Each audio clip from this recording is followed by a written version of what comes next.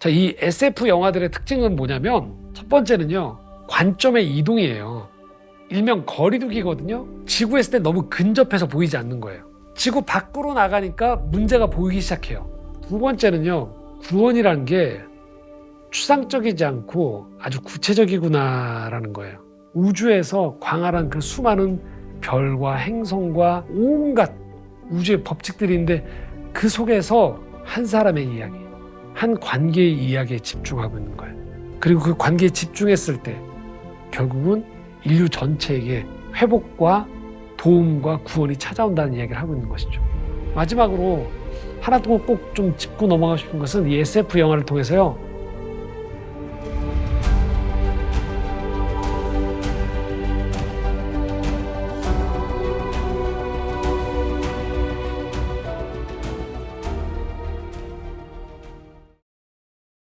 자, 여러분 SF 영화 좋아하세요? SF, 사이언스 픽션이라고 하죠. 이게 줄임말인데 공상과학 영화죠. 오늘은 여러분들에게 이 SF 영화를 가지고서 신앙을 한번 얘기해 보려고 하는데요. SF 영화에서의 기념비적인 대작 한 편, 최근에 많은 사랑을 받고 있는 영화 한 편을 여러분과 함께 나누려고 합니다. 첫 번째 영화는요, 크리스토퍼 놀란 감독의 인터스텔라입니다. 아마 이 영화 좋아하시는 분들 많을 것 같아요. 이게 2시간 49분 되는 영화인데 어려운 영화거든요. 철학도 많이 들어가 있고 과학 얘기도 많이 들어가 있어요. 그래서 지금도 아마 유튜브에 이 영화에 대한 해설 영상들이 굉장히 많고, 당시에도 이 영화 보려면 상대성 이론부터 시작해서 과학 공부 많이 해야 된다는 얘기들이 있었어요. 상당히 어려운 영화인데요, 놀랍게도 이 영화가 당시에 1000만 명이 넘었습니다. 자, 이 영화는요, 시작을 할 때 아주 가까운 미래의 이야기인데, 기후위기 그리고 병충해들의 영향으로 인해서 식량난에 빠지게 됩니다. 사회가 그래서 식량 중심으로 모이게 돼요. 미래 사회인데 더 발전하는 게 아니고요, 농업 중심 사회가 돼버려요. 그리고 사람들은 더 이상 기술 발전을 논하지 않으려고 해요. 그런 시대적인 배경 속에서 주인공인 쿠퍼가 등장합니다. 그리고 그의 딸 이 머피의 이야기가 등장하는데요, 어느 때부터 이 머피의 방에 있는 책꽂이들에서 책이 계속 떨어지는 일들이 벌어져요. 이 머피는 유령이 아닐까라고 얘기하고, 아빠인 쿠퍼는 그럴 리가 없다라고 이야기합니다. 하지만 계속적으로 이상하게 책이 떨어지는 것들을 보면서 일정한 패턴이 있음을 알게 되고요, 이 패턴을 정리해 나가는 과정에서 아빠인 쿠퍼가 이것이 뭔가 위치를 지향하고 있다는 걸 발견해냅니다. 그곳을 찾아갔더니 이미 국가에서 사업을 접은 줄로 알았던 나사의 비밀 요새가 발견됩니다. 사실 이 쿠퍼는 이 나사의 전직 항공 우주 비행사였거든요. 그리고 그곳에 도착했을 때 국가가 비밀리에 진행하고 있는 우주 프로젝트가 있음을 알게 됩니다. 다름 아닌 인류가 이대로 가면 공멸하기 때문에 우주에서 답을 찾기 위한 프로젝트를 진행하고 있었습니다. 플랜 A와 플랜 B가 있었는데요, 간단히 설명해 드리면 플랜 A는 이 나름의 중력의 방정식을 풀어서 인류를 우주 정거장으로 옮겨서 지구에 있는 이 모든 사람들을 한꺼번에 우주의 모처의 장소로 옮긴다라는 계획이에요. 지구에 있는 모든 사람을 살릴 수 있는 계획이고요. 프로젝트 B, 플랜 B는요, 우주에 있는 행성의 조사를 통해서 다는 못 가고 인공 수정을 통해서 인공 배양한 수정란들이 새로운 인류가 되어지는 프로젝트를 준비하고 있었던 거예요. 이 두 가지를 같이 준비하는 이유는 플랜 A가 되기 위해서는 중력 방정식을 풀어야 되는데 아직 풀지 못하고 있었던 거예요. 그래서 이 플랜 B까지 계산하면서 새로운 인류가 거주할 수 있는 곳을 찾아가는 프로젝트를 하고, 이 프로젝트를 시행할 한 사람을 찾고 있었던 것이죠. 거기에 적임자가 등장한 거예요. 쿠퍼였던 것이죠. 쿠퍼의 딸 머피는 아빠가 우리를 내버려 두고 우주로 간다는 걸 철저하게 반대합니다. 하지만 아빠는 이 플랜 A를 바라보고 있는 거예요. 이대로 가면 우리 딸과 가족들, 그리고 이 세대가 살아갈 미래가 불투명하다는 생각 때문에 쿠퍼는 큰 먼 미래를 바라보면서 우주 비행선에 타게 됩니다. 그렇게 도착한 우주에서요, 어려움이 찾아와요. 첫 번째 어려움은 실현 가능할 줄 알았던 이 플랜 A가 사실 미리 지상에서는 안 된다라고 결론한 실패한 프로젝트라는 걸 알게 돼요. 중력 방정식을 도저히 풀 수 없다라고 이미 결론을 내렸다라는 거예요. 결국은 이 플랜 B, 이 수정한 배아체들만 새로운 인류를 꾸리겠다라는 계획만이 남아있었던 플랜이었던 거예요.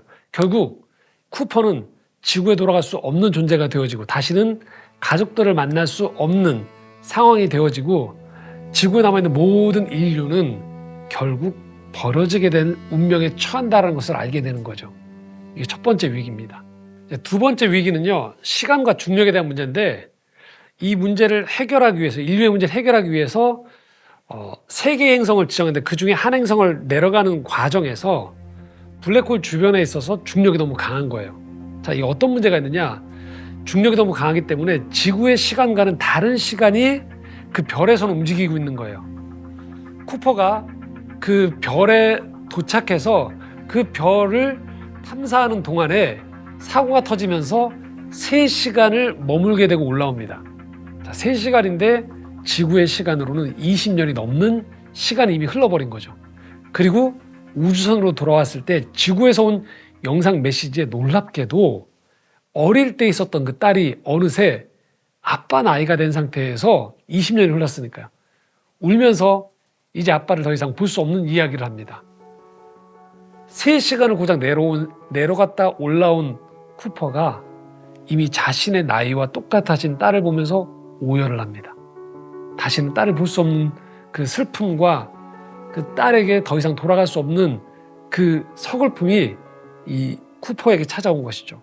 하나는 지구에 남아있던 이 과학자들이 가지고 있던 무책임함, 또 하나는 우주에서 만난 이 위기가 쿠퍼로 하여금 정말 위험에 처하게 만든 것이죠. 위기에 처하게 만든 겁니다. 우주의 목적 자체를 상실할 위험에 처한 것이죠. 그런데 여기서 쿠퍼가 다른 선택을 합니다. 다름 아닌 블랙홀 안으로 깊이 들어가게 됩니다.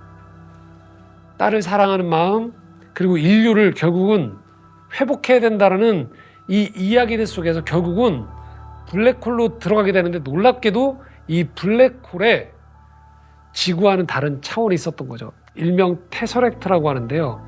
전혀 다른 차원의 세계로 들어가게 됩니다. 시간과 공간이 지금 지구에서는 공간은 시간의 영향을 받고 시간은 공간의 영향을 받는데 전혀 다른 차원에 들어갔을 때 시간의 개념이 무의미해지는 거예요. 도서관 같은 테서렉트에 들어갔을 때 어떤 일이 벌어지느냐? 딸 머피의 인생을 마음대로 돌아다닐 수 있는 방에 들어가게 된 거예요. 어릴 때부터 나이 든 모든 세대에 이 딸 머피에게 말을 건넬 수 있는 기회가 찾아온 거예요. 네, 이곳에서 아빠 쿠퍼는 딸의 방에 책장을 밀어넣으면서 마치 모스 부호처럼 일정한 신호를 보냈던 거예요. 여기서 이제 영화를 본 관객들은 알게 되는 거예요. 처음 영화 시작할 때 이 딸 머피의 방에서 계속 떨어졌던 책이 유령이 떨어뜨렸던 것이 아닌 다름 아닌 우주에 들어간 전혀 다른 차원에 있던 미래 사회 속에 있는 아빠가 이 전혀 다른 차원에서 사랑하는 딸에게 보냈던 신호였다라는 것을 우리가 알게 되는 것이죠. 그리고 아빠는 그곳에서 이 중력 방정식을 풀게 됩니다. 그리고 딸에게 이 중력 방정식의 신호를 보내주게 되는 거예요.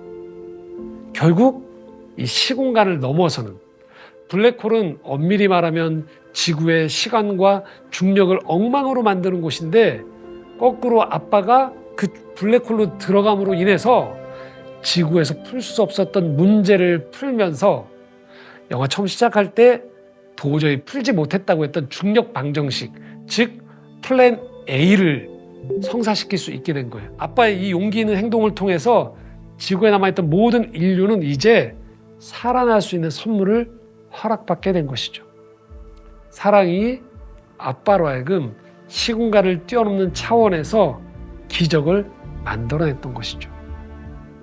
이 인터스텔라를 보면 굉장히 어려운 영화임에도 불구하고 그리고 이 테서렉트라는 공간이 우리가 가지고 있었던 기존의 상식에서는 이해할 수 없는 공간임에도 불구하고 전혀 다른 차원에 들어가서 아빠가 이 딸에게 보내는 이 사랑의 메시지에 감동하는 지점에 도달하게 되는 거죠. 우린 여기서 아주 중요한 성경 이야기 하나를 좀 건넬 수 있을 것 같아요. 그것은 다름 아닌 사랑이 무엇인가라는 거예요. 고린도전서 13장에 보면 이런 표현 있죠. 믿음, 소망, 사랑, 그 중에 제일은 사랑이라는 표현이 나와요. 저는 어려서부터 이 표현을 들으면서 의아했어요. 왜 믿음이나 소망보다 사랑이 영원할까? 왜 제일 중요하다고 얘기하실까? 가만히 생각해보면요. 믿음이나 소망은요. 이 시간의 차원에서만 유용한 거예요. 자, 우리가 천국에 가게 되는 거예요. 전혀 다른 차원이거든요. 천국은요. 우리가 천국에 가게 되면요. 더 이상은 천국을 기다리는 소망 또는 하나님이 살아계신지 아닌지에 대한 살아계시다는 것들을 믿는 믿음이 더 이상 필요하지 않아요. 그때는 희미한 거울을 보는 것이 아닌 얼굴과 얼굴을 직접 맞대기 때문에 더 이상은 믿음이나 소망이 필요하지 않은 거죠. 마치 남녀가 데이트를 할 때는요, 필요한 게 상대방과 평생 갈 수 있을지를 확인하는 믿음이 필요한 거예요. 그리고 결혼식 날짜를 앞두고서는요, 그 날을 기다리는 소망에 이르게 되는 거예요. 그런데 결혼을 하게 돼요. 그럼 더 이상은 믿음이나 소망보다 사랑이 중요한 거예요. 왜? 이제 이 사람이 내 아내이자 남편이자 내 연인이라는 걸 더 이상 믿음을 요구할 필요가 없어요. 뭔가 기다릴 필요가 없어요. 소망을 가질 필요가 없어요. 우린 사랑하며 살면 되는 거예요. 이젠 연애가 아닌 결혼, 하나가 됐기 때문이에요. 다른 차원에 들어간 거예요. 마찬가지로 우리가 이 인터스텔라를 보면서 알게 되는 건 시간과 다른 차원이 존재하는 거구나를 우리가 알게 되는 거예요. 한 가지 우리가 오해하는 것 중에 하나가 영혼을 얘기할 때 시간이 길어지는 걸 영혼이라고 사람들이 오해해요. 그렇지 않아요. 영혼은요, 시간과는 전혀 다른 차원인 거예요.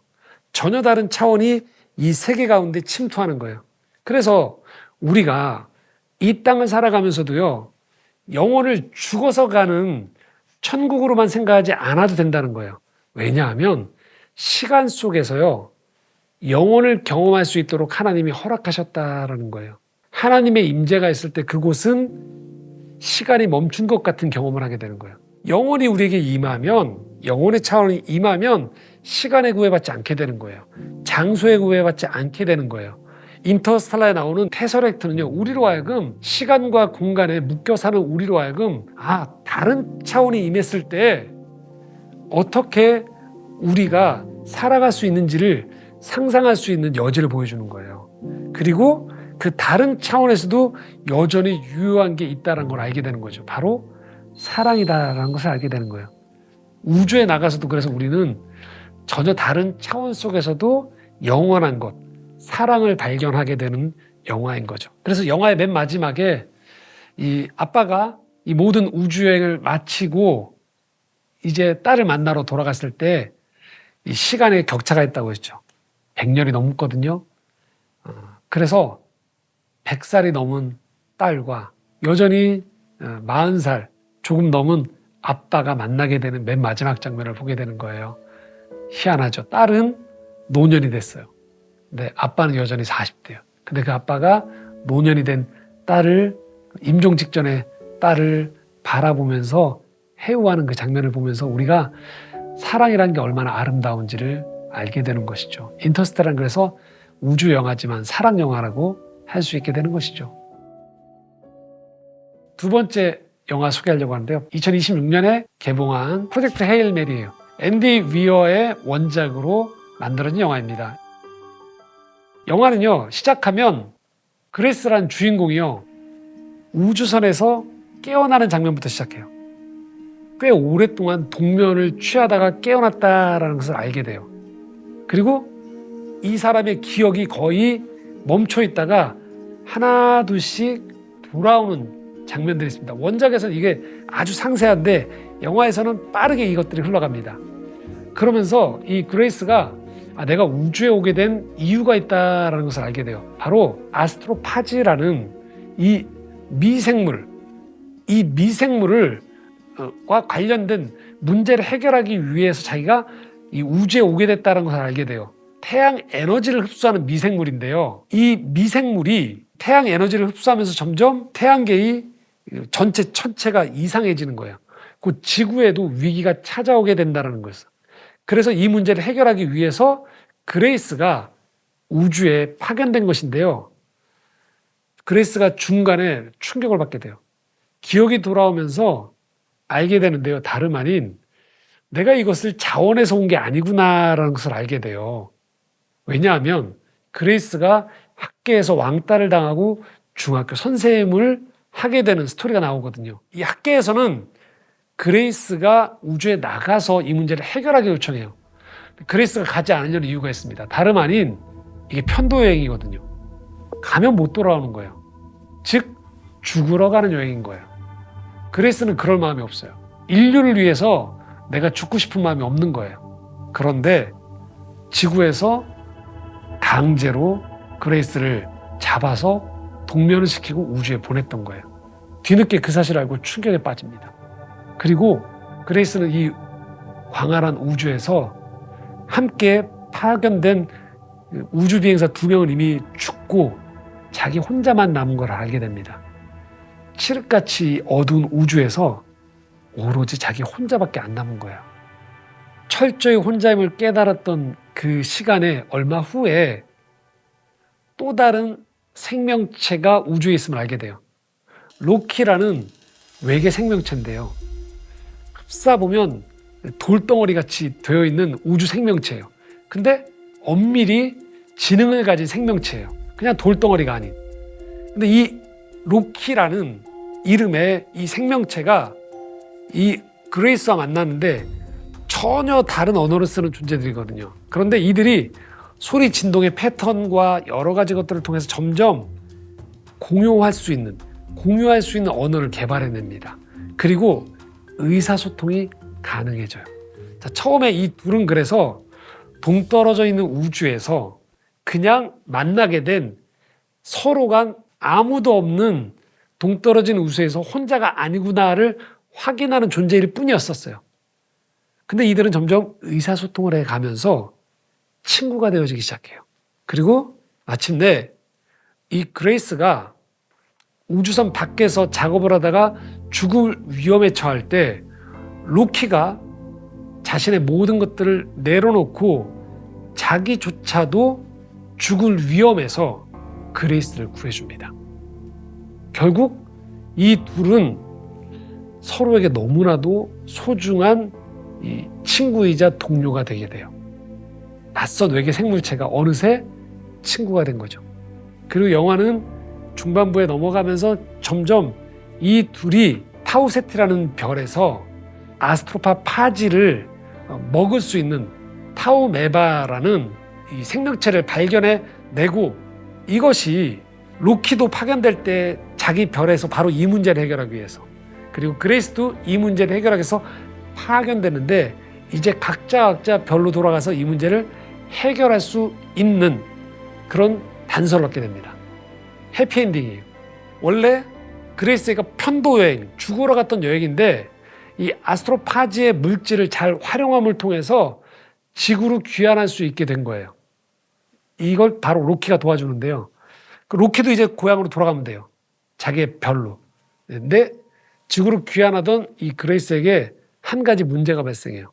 본인은 그냥 귀환할 수 있는데 이 아스트로파지를 가지고 귀환하는 로키의 이 우주선이 타우메바가 아스트로파지를 먹기 시작하면서 고향으로 돌아갈 수 없게 되는 문제를 그레이스가 발견하게 되는 거죠.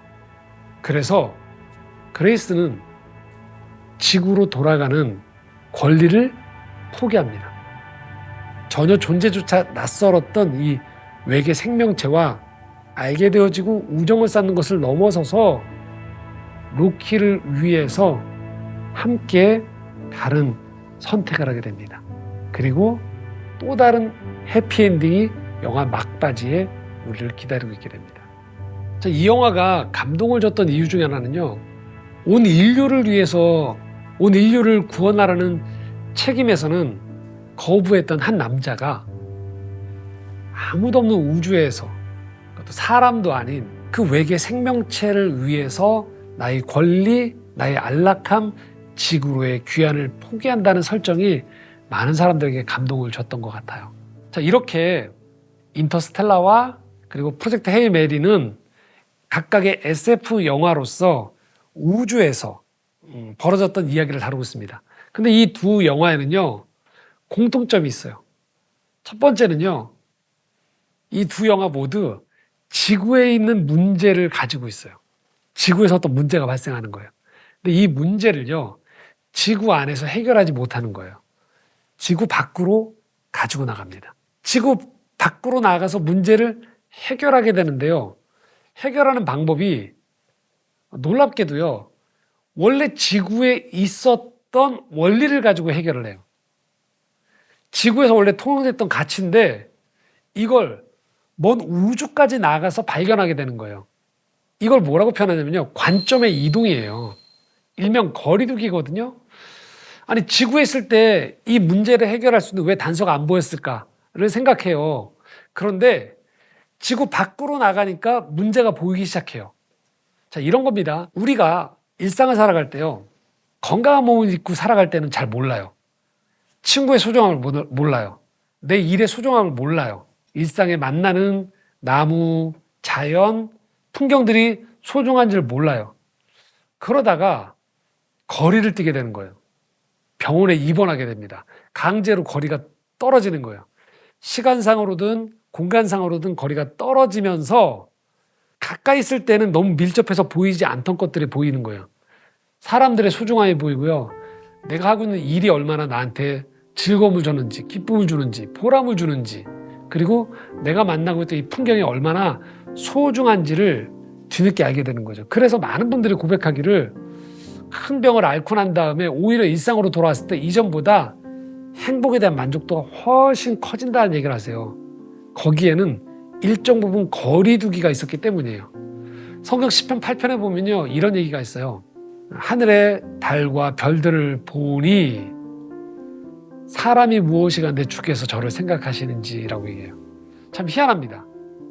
그냥 사람을 쳐다보면서 소중하다고 얘기하면 되는데 하늘에 있는 별과 달을 보고 난 다음에 이런 존재들을 창조하신 하나님이 사람까지 창조하셨던 이 비밀이 너무 놀랍다고 고백을 하는 거예요. 우리가 평소 살아갈 때요, 너무 많은 문제들에 휩싸여 있을 때 한 번은 거리뛰기가 필요하다라는 거예요.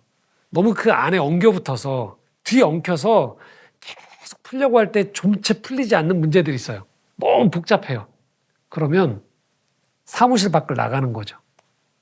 계속 이 문제만 쳐다보는 게 아니고 산책을 하면서 다른 사람을 만나면서 환기시킬 때 오히려 문제의 본질이 보이기 시작해요. 내가 너무너무 일상에 탈진돼 있어요. 그럴 때 나를 더 밀어붙이면서 계속적으로 압박을 가하는 방법이 아니고요. 때로는 거리를 뛰는 거예요. 이 내 압박감에서 벗어나서 이게 과연 맞을까? 내가 지금 제대로 가고 있는 게 맞을까? 살펴보는 거예요. 내가 놓치고 있는 것은 무엇이 없는가를 보게 되는 거예요. 마치 SF 영화에서 지구에서 떨어지듯이 내 일상에 엉켜붙어 있는 이 뒤엉켜 있는 이 복잡함에서요, 한 걸음 물러서는 시각이 필요한 거죠. 시편 말씀에 이런 표현이 있죠. 그래서 염려가 많은 사람들한테 이렇게 표현해요. 눈을 들어서 산을 보아라. 천지를 지으신 여호와를 보라. 나의 도움이 어디서 올까? 시각이 옮겨지는 거죠. 관점이 이동하는 거예요. 나에게 집착되어 있던 이 시선에서 하나님의 관점으로, 우주의 관점으로 쳐다보면서 우리가 너무 밀접해 있어서 보지 못했던 가치들, 문제 해결의 실마리들이 보이기 시작한다는 것을 이 우주 영화들은 우리에게 알려준다는 것이죠. 자, 두 번째는요, 이 SF 영화들을 보면서 이런 생각을 하게 됐어요. 구원이라는 게 추상적이지 않고 아주 구체적이구나라는 거예요. 온갖 우주의 법칙들인데 그 속에서 한 사람의 이야기, 한 관계의 이야기에 집중하고 있는 거예요. 자, 무슨 말이냐? 요한복음 3장 16절에 이런 표현이 있거든요.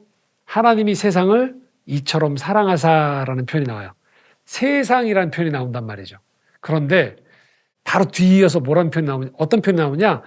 독생자를 주셨으니. 독생자를 주셨다는 게 어떤 표현일까요? 예수님이 인간의 몸을 입고 이 땅에 오셨다라는 거예요.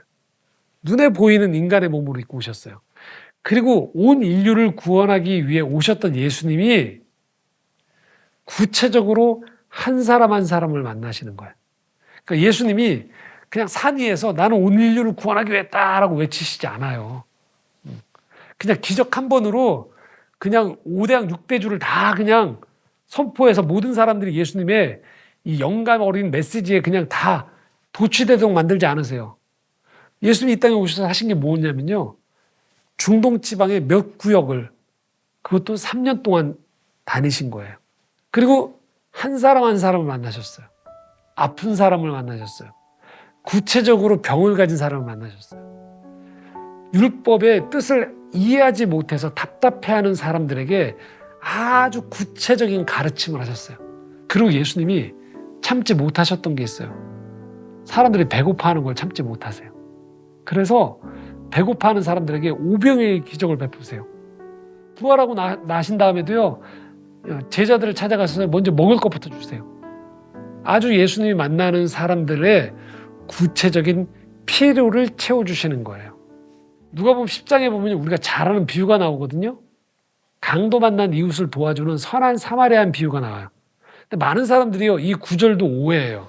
어떻게 오해하냐면요, 선한 사마리아의 비유를요, 너희들도 이 선한 사마리아인처럼 강도 만난 이웃을 도와줘라고 이야기해요. 그냥 그 정도 선에서 이 말씀을 이해해요. 그런데 이 비유가 왜 나왔냐면요, 한 율법 교사가, 율법을 잘하는 한 사람이 예수님을 찾아와서요, 이 질문을 던지는 데서 시작된 거예요. 선생님, 내가 어떻게 해야지 영생을 얻을 수 있습니까? 라는 질문을 해요. 영생, 얼마나 추상적인 얘기예요. 예수님, 내가 어떻게 하면 구원받을 수 있어요? 어떻게 하면 하나님 나라 들어갈 수 있어요? 이거 너무 추상적인 얘기거든요. 근데 예수님이 그때 두 가지 율법을 얘기하세요. 하나님을 사랑하고 내 이웃을 내 자신같이 사랑하라는 얘기를 해요. 그러자 율법교사가 물어보는 거예요. 누가 나의 이웃입니까? 그래서 나온 답변이 선한 사마리아의 비유거든요. 그래서 우리가 오해하면 안 되는 게, 선한 사마리아인, 강도 만난 이웃, 오늘 네가 살아가면서 만난 어려움에 처한 이웃을 돕는 그 행위가 무엇과 연결되어 있다? 이웃사랑과 연결되어 있고, 이웃사랑은 무엇과 더 파고 들어가 보면 영생과 연결되어 있다라는 거예요. 예수님은 지금 이렇게 얘기하시는 거예요. 누가복음 10장을 통해서 어떤 얘기를 하시는 거냐면, 눈에 보이지 않는 하나님을 사랑하지 너희들. 그리고 눈에 보이는 오늘 네가 만나는 그 이웃, 어려움에 처한 그 이웃의 구체적인 필요를 채워주는 것, 그게 영생과 관련된 일이야. 오늘 네가 만난 이웃을 이렇게 대해주는 것, 가서 너도 이와 같이 하라. 이게 이웃사랑이야. 그리고 이게 바로 영생과 관계된 문제라고 예수님이 말씀하시는 거예요. 인터스텔라의 쿠퍼는 머피를, 그리고 프로젝트 헤이멜리의 그레이스는 로키라는 구체적인 사람과 또 생명체와의 만남, 이들의 필요를 채워주는 거예요. 이들의 욕구, 이들의 관계 안에서 한 사람에게 집중하는 거예요. 그래서 우리는 이 마태복음 25장에 나와 있는 바로 이 말씀이 아주 구체적이라는 걸 알 수 있는 거예요. 지극히 작은 사람, 그 사람에게 한 것이 곧 내게 한 것이다. 우주로 넘어갔지만 우주에서 광활한 그 수많은 별과 행성과 많은 우주의 은하계와 온갖 우주의 법칙들인데, 그 속에서 한 사람의 이야기, 한 관계의 이야기에 집중하고 있는 거예요. 그리고 그 관계에 집중했을 때 결국은 인류 전체에게 회복과 도움과 구원이 찾아온다는 이야기를 하고 있는 것이죠. 마지막으로 하나 꼭 좀 짚고 넘어가고 싶은 것은, 이 SF 영화를 통해서요, 우리가 과학과 신앙의 관계를 어떻게 볼 것인가에 대한 것도 한번 생각해 보실 수 있으면 좋겠어요. 신학자인 알리스트 맥그레스가 우주, 하나님 지으신 모든 세계라는 책에서요, 초반부에 이런 얘기를 해요. 종교는 가장 가까운 별까지의 거리를 알려줄 수 없고 과학은 인생의 의미를 말해줄 수 없다. 그러나 둘은 더 큰 그림의 일부이며 어느 하나라도 배제하면 우리의 인생과는 빈약해진다 라고 얘기하고 있어요. 그러니까 과학은 우리를 우주까지는 데려다 줄 수 있는 거예요. 물리적인 거리에서요. 그런데 그곳에서 왜 살아야 되는지를 말해주지 못한다는 거예요. 그 질문에 답할 수 있는 것은 바로 신앙이라는 거죠.